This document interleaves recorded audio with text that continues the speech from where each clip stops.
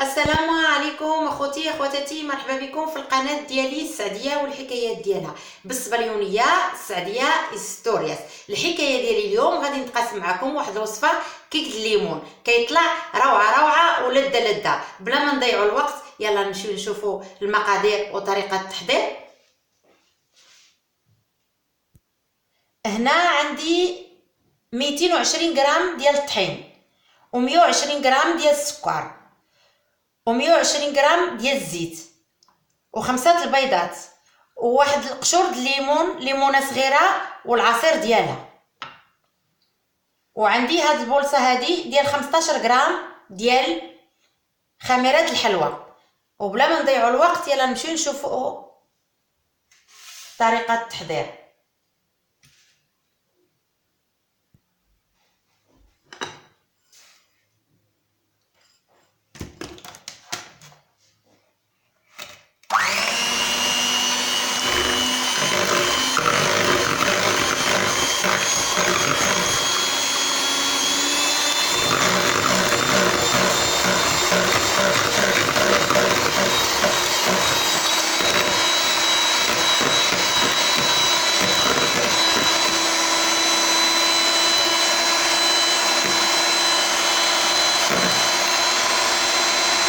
ودابا ملي غادي يطلع ليا البيض على هذا الشكل هذا، غيولي بيض بحال هكذا خفيف، غنزيد عليه الليمون وغنزيد عليه الزيت.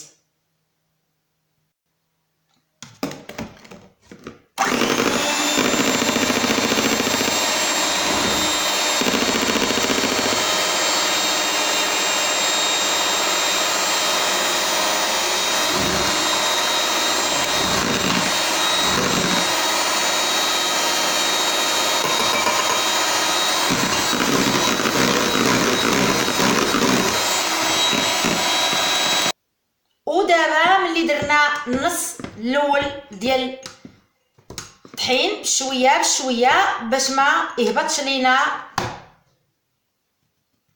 غادي نديرو الخميره ونحركو بشويه بشويه.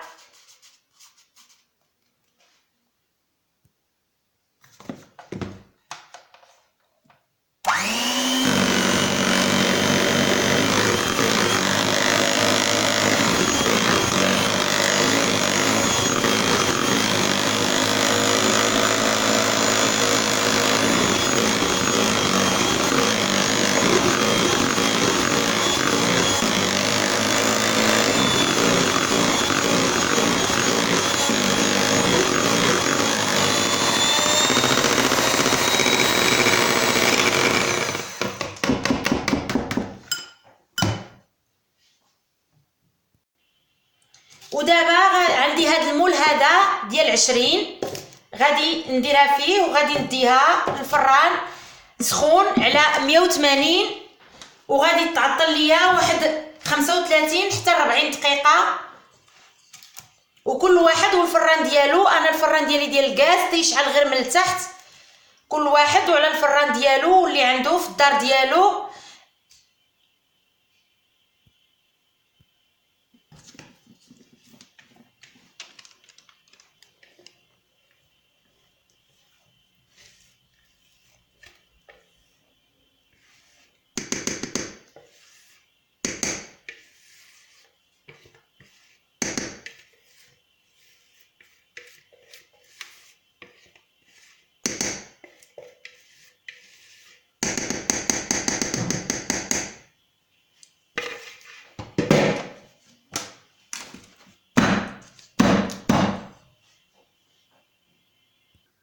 وهذه هي الكيكه، خرجتها من الفران طلعت ليا روعه روعه ولذه لذه. شوفوا اخوتي اخواتاتي كيفاش دايره مسفنجه، والريحه ديالها تحلك الشهيه، تحلك البيتيتو.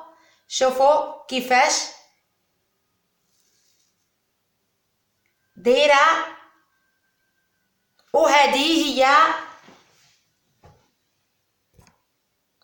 الوصفه ديالي اليوم، وهذه هي الوصفه ديالي اليوم اللي كنت قاسمت معكم. طلعت ليا ما نحتاجش نقول لكم. شوفوا باقا كتفور سخونه، يلا خرجته من الفران. شوفوا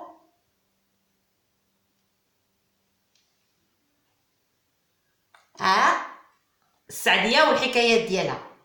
لا عجباتكم هاد الوصفه ديالي اليوم اشتركوا في القناه ديالي، ديروا لي جيل، صيفطوا لي الكومنتاريو ديالكم، التعليقات ديالكم راني غنحبهم وغنبغيهم. اشتركوا في القناه السعديه والحكايات ديالها باش القناه ديالي تزيد لقدام. ديروا هاد الوصفه ديالي وقول لي السعديه والحكايات ديالها. راه طلعت لينا الكيك ديال الليمون، طلع لينا لذة وروعه روعه كما كنقول انا. وخليت لكم الراحه ونخليكم في صحه جيده ان شاء الله يا ربي، وحتى المره اخرى.